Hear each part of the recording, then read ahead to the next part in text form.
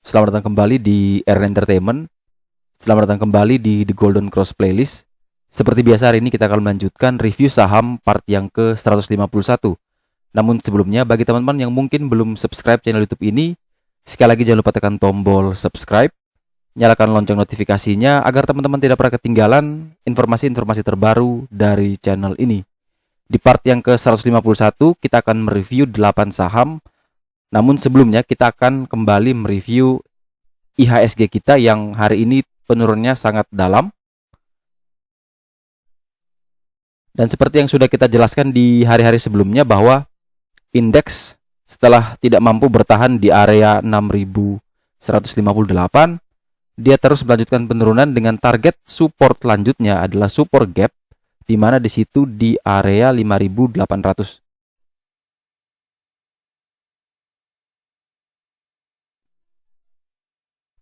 Tepatnya itu berada di 5823 sampai 5852. Semoga besok indeks ke sana dulu. Setelah melunasi utangnya, ada gap di sana, dia bisa segera rebound dan meninggalkan shadow seperti candle di tanggal 23 Desember. Tapi kalau itu misalnya terus jebol, maka indeks akan terus bergerak turun dan terakhir akan menguji atau membayar next gap, ada kecil sekali, kurang lebih di area sini,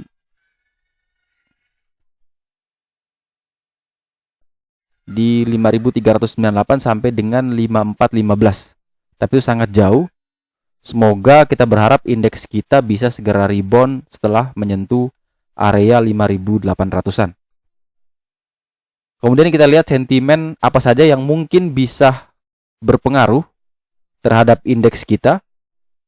Yang pertama memang ada isu atau berita bahwa kasus BPJS Ketenagakerjaan itu juga mirip-mirip seperti Jiwasraya dan Asabri, tetapi kalau kita telaah dari keterangan Bursa Efek Indonesia bahwa nilai dari kerugian yang dialami oleh BPJS itu masih unrealized loss dan belum dianggap sebagai rugi, dan juga BPJS Ketenagakerjaan ini menempatkan ke dalam saham-saham yang mayoritas adalah LQ45, di mana itu saham-saham yang sangat bagus dan liquid, dan 2%-nya itu adalah saham-saham yang pernah juga masuk dalam indeks LQ45. Itu berbeda sekali dengan yang ada di Jiwasraya dan ada di Asabri yang rata-rata semua adalah gorengan, sehingga harusnya ini aman. Tetapi mungkin banyak dari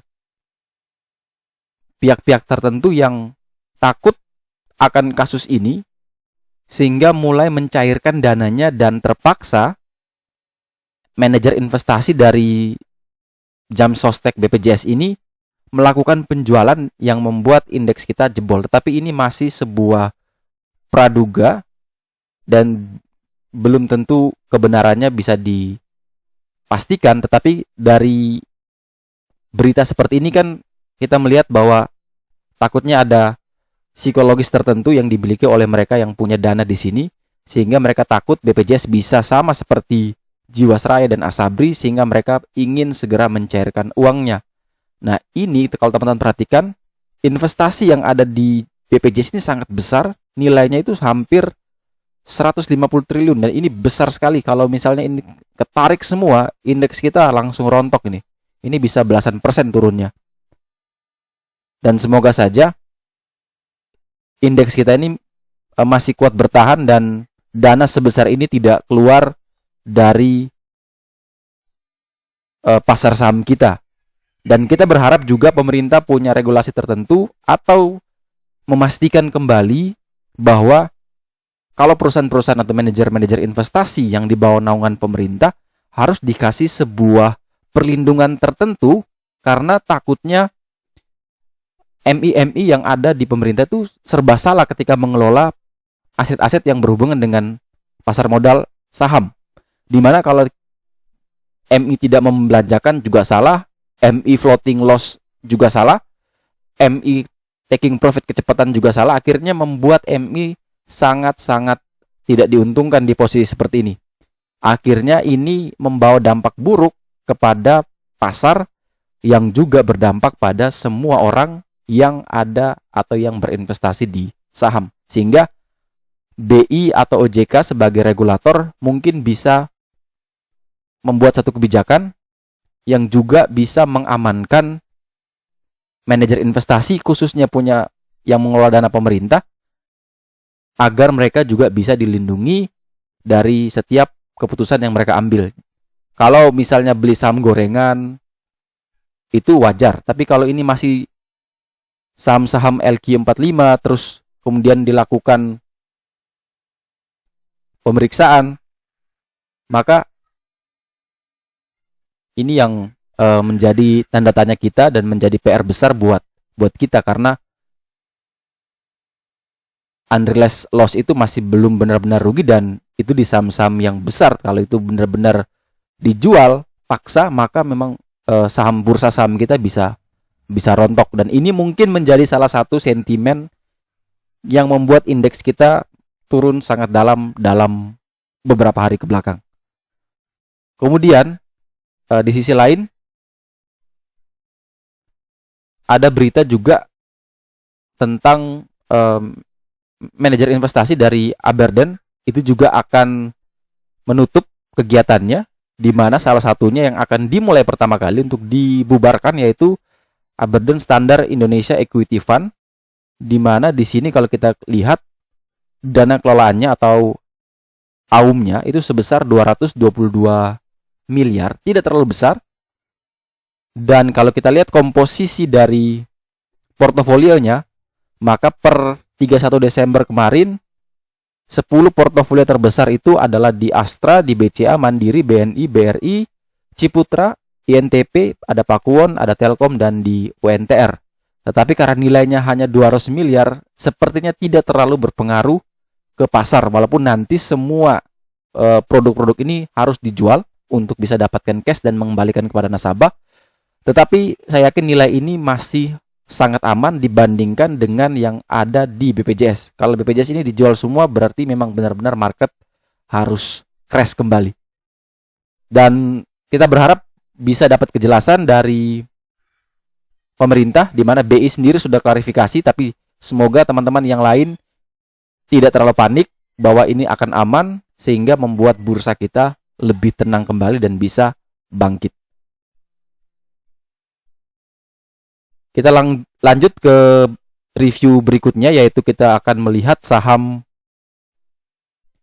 TBLA, di mana saham TBLA ditutup di harga 890. Saham ini ditutup minus 5,32% dan ditutup turun di bawah PBL di 905.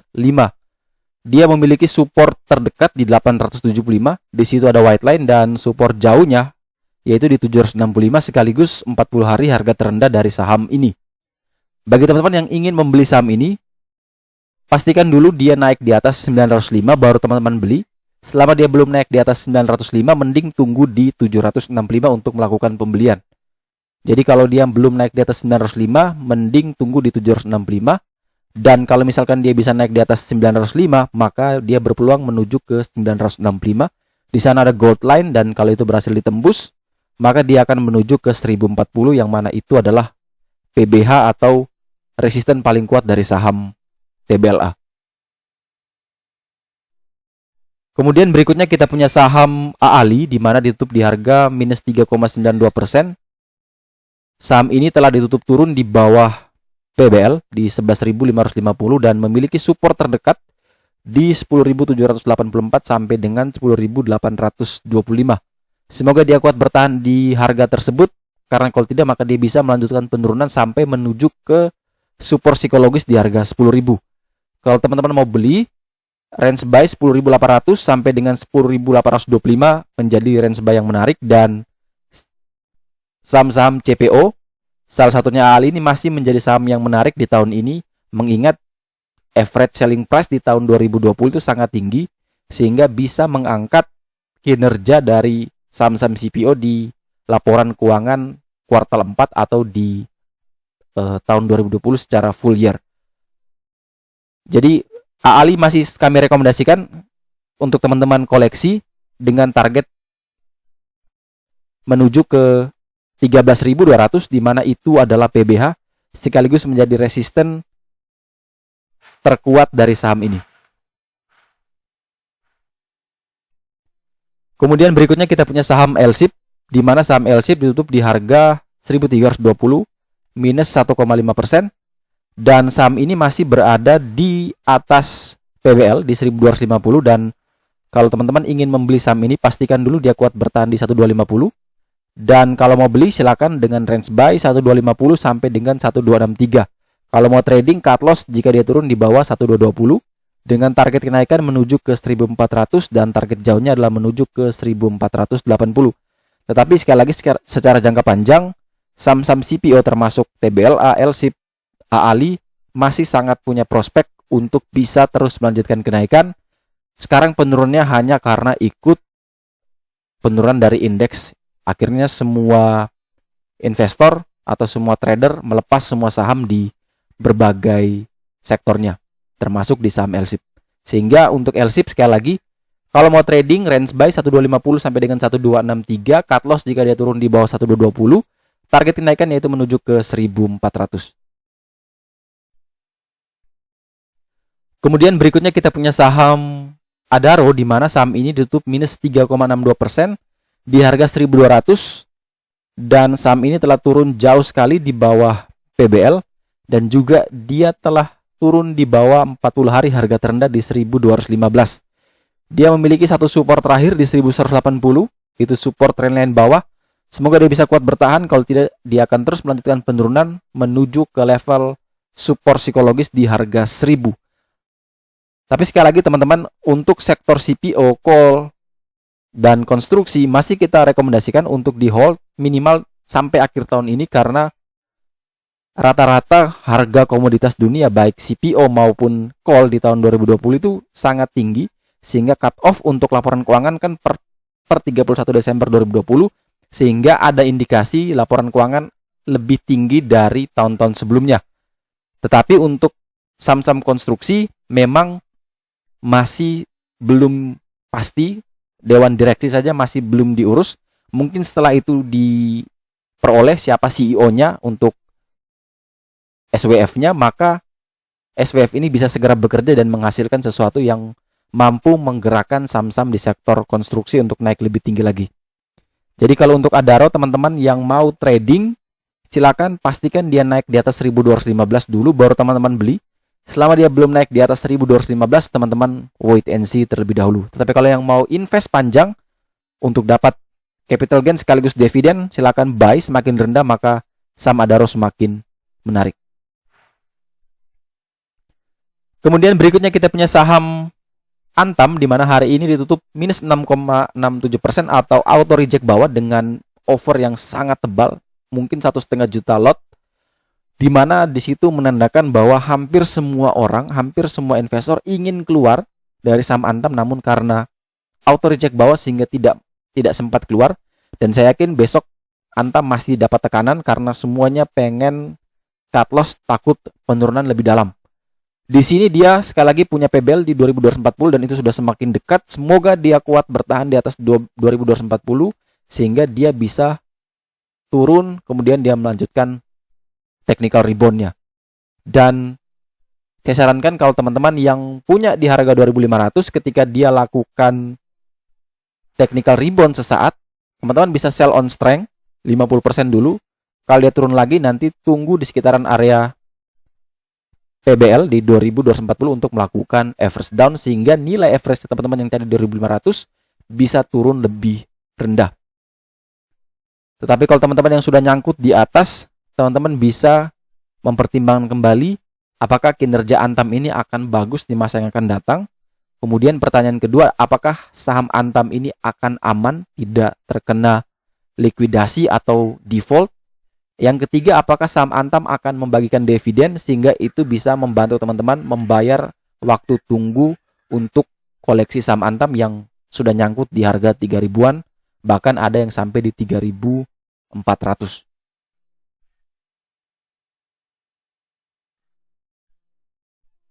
Kemudian berikutnya kita punya saham BBRI, di mana saham ini sekali lagi minus 3,25% di harga 4.470. Dan saham ini semakin mendekat dengan PBL di 4.300, sehingga teman-teman pertimbangkan untuk buy pertama kali di 4.300 sampai dengan 4.451, silakan lakukan pembelian 10-20% dari total dana yang ingin dialokasikan. Dan ketika semakin turun lagi di bawah harga tersebut, silakan nambah lagi dengan jumlah kepemilikan yang lebih besar. Karena saham BBRI masih sangat menarik minimal untuk tahun ini. Bahkan kalau teman-teman bisa hold 1-2 tahun ke depan, maka teman-teman bisa mendapatkan capital gain yang lumayan. Dan pastinya BBRI akan selalu bagikan dividen untuk pemegang sahamnya, sehingga teman-teman tidak merasa rugi untuk menyimpan lama saham-saham seperti ini. Sekali lagi, semakin turun justru ini sebuah peluang. Tetapi kalau teman-teman yang trading, pastikan dulu dia kuat bertahan di atas 4.300. Kalau kuat silakan buy di sana. Cut loss jika dia turun 1-2 tick di bawah 4.300, atau bisa atur sesuka hati dengan target kenaikan menuju ke 4.720. Di sana ada gold line dan target jauh menuju ke 4.950, yang mana itu adalah PBH atau resisten paling kuat dari saham BBRI. Kemudian saham berikutnya adalah saham PTBA, di mana setelah berkali-kali dia menguji di 2620, saham ini akhirnya jebol dan turun di 2590. Di chart TGC ini, PBL yang kemarin 2620 sudah di-adjust menjadi 2760, sehingga kita tetap berpatokan pada 2620 kemarin. Dan 2760 ini sebagai resist dari saham PTBA. Bagi teman-teman yang ingin trading, harusnya teman-teman bisa batasi stop loss, karena 2620 ke 2590 sudah kurang lebih 3 tick, sehingga teman-teman cut loss terlebih dahulu, nanti beli lagi ketika dia naik di atas 2620. Tetapi kalau teman-teman yang invest, silakan tunggu lagi di 2310 untuk melakukan penambahan di saham ini. Sekali lagi, saham ini akan bagikan dividen dan pastinya nilainya, yieldnya juga besar, sehingga teman-teman tidak merasa rugi. Dan dalam jangka waktu 1 tahun, 2 tahun itu mungkin masih sangat menarik untuk koleksi saham PTBA. Intinya adalah untuk saham-saham komoditas, teman-teman harus terus perhatikan harga acuan atau harga komoditas dunia. Kalau untuk PTBA ada coal, kalau untuk saham-saham sawit bisa lihat CPO. Kalau harganya masih kuat bertahan di atas $80 untuk PTBA, maka masih aman. Coal itu masih sangat aman. Apalagi untuk CPO kalau masih bertahan di atas 3.000, maka itu masih sangat aman. Tapi kalau itu turun di bawah harga tersebut, maka teman-teman pertimbangkan untuk jual di harga yang bagus. Dan kalau memang tidak sempat jual, bisa tunggu sampai pembagian dividen. Ketika harga saham itu naik, bisa lepas semuanya. Dan saham terakhir yang akan kita review di part yang ke-151 hari ini adalah saham BRIS, di mana saham ini ditutup minus 6,77%, auto reject bawah di harga 2620. Bagi teman-teman yang ingin membeli saham ini, kalau tidak salah kemarin di review part 150, BRIS itu punya PBL kalau tidak salah di 2.500-an. Dan itu teman-teman bisa nonton di video sebelumnya untuk memastikan support berikutnya yang lebih dekat.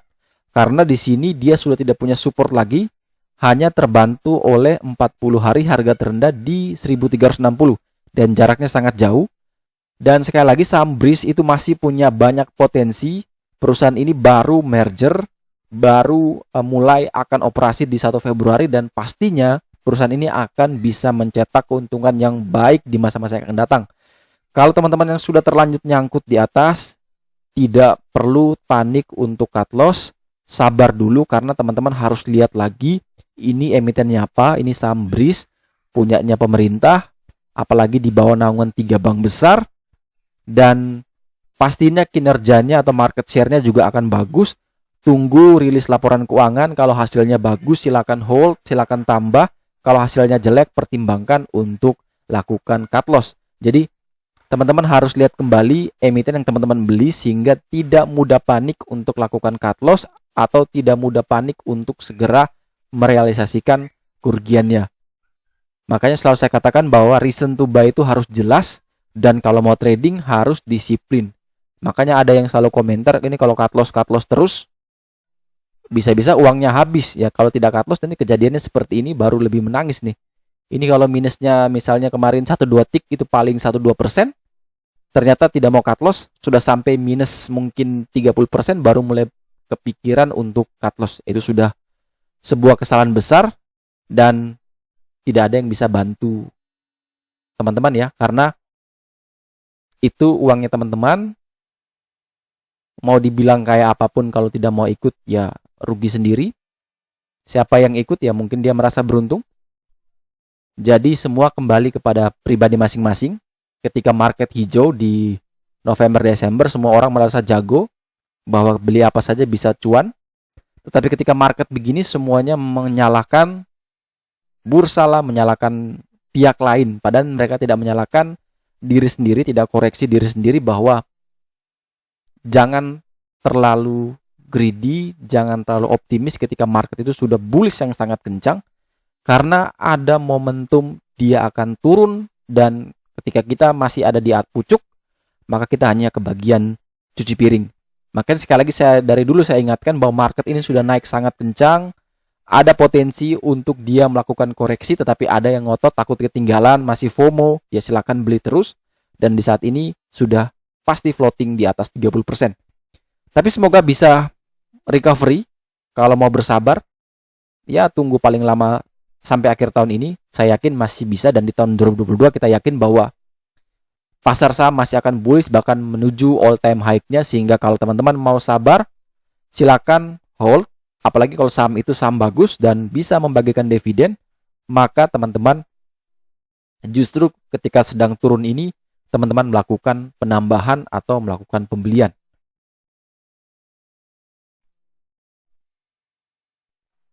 Setelah kita lihat saham BRIS, maka kita akan kembali mengecek pergerakan dari net foreign asing untuk saham BBRI, di mana kemarin sempat dijual. Kita lihat hari ini dia masih melakukan akumulasi kurang lebih 33.000 volumenya. Dan kalau kita tarik dari tanggal 1 Januari, nah ini kembali dia akum lagi walaupun nilainya tidak besar. Setelah kemarin dia keluar hampir 335.000 secara volume. Hari ini dia masuk lagi sebesar 33.000, itu baru 10% dari yang dia keluar kemarin. Sehingga kita masih kawal terus. Selama net buy BBRI masih oke, maka saham ini masih sangat menarik. Tapi kalau teman-teman yang punya RTI, dan kalau teman-teman bisa buka di bagian movers dan pilih net foreign buy, teman-teman setting ke year to date dari tanggal 1 Januari sampai per hari ini, nilai buy dari BBRI ini hampir 3,5 triliun, dan itu sangat banyak sekali.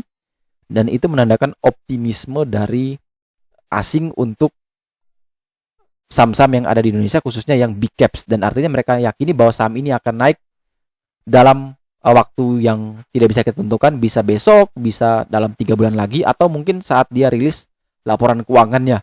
Sehingga kita harus benar-benar melihat secara jernih, jangan terpengaruh kiri kanan, dan sekali lagi tetap ketika di momen seperti ini memang fundamental itulah penentu dari segalanya. Jadi makanya kalau kata orang fundamental tidak perlu, teknikal tidak perlu, bandramaologi tidak perlu, ternyata ada momennya semua itu dibutuhkan. Jadi ketika November, Desember kemarin harga saham naik gila-gilaan, secara fundamental mengatakan itu sudah mahal, tapi banyak yang ngotot karena itu masih bagus. Tapi ketika dia hancur seperti ini, saham-saham yang bagus itu justru kita tidak panik ketika kita nyangkut. Tetapi kalau beli saham-saham yang aneh, apalagi yang selalu rugi, tidak pernah untung, nah itu baru teman-teman merasa cemas untuk hold lebih lama. Kemudian kita lihat saham PTBA. Di mana kemarin setelah keluar 80.000 secara volume, dia masuk lagi 74.000, dan sepertinya menarik lagi. Asing masih belum mau melepas semua kepemilikan. Sepertinya ada sesuatu, dan sekali lagi teman-teman pertimbangkan untuk jangan cut loss. Misalnya sudah nyangkut, pertimbangkan untuk average down. Lihat kalau misalkan minus di atas 10%, boleh average down di situ. Tetapi kalau masih belum sampai minus 10% ke atas, maka teman-teman mending jangan dulu nambah muatan. Dan jual nanti ketika PTBA RUPS, ya, rapat umum pemegang saham, dan di mana di situ laporan keuangan dirilis dan ditentukan berapa besar dividen yang akan dibagikan. Di saat dividen itu diumumkan, otomatis harga saham akan bergerak searah dengan yield dari saham tersebut. Misalnya PTBA yield 10%, minimal dia akan naik 10%, dan kalau teman-teman dapat di harga bawah, teman-teman bisa manfaatkan momentum itu untuk perlahan-perlahan melepas. Jadi Bukan kita mengejar dividennya, tetapi dividen itu bisa jadi trigger untuk mengangkat sahamnya. Jadi kita tetap fokus kepada capital gain, kecuali mereka yang memang sudah punya saham ini sangat lama, yang sudah rutin dapat dividen, hidup dari dividen dari saham PTB, yaitu tidak masalah. Tapi kalau teman-teman yang case-nya adalah nyangkut, kemudian bertanya cut loss atau tidak, maka jawabannya adalah jangan dulu cut loss, tetapi average down, pertimbangkan untuk average down jika minusnya di atas 10%. Nanti jual setelah ada rilis berapa yield dividen dari saham ini. Oke, sekian dulu review saham part yang ke-151. Terima kasih banyak teman-teman yang telah menonton. Jangan lupa like, subscribe, dan share video ini agar teman-teman yang lain dapat juga mengikuti atau memperoleh edukasi di sini. Sekali lagi sampai jumpa dan semoga membantu.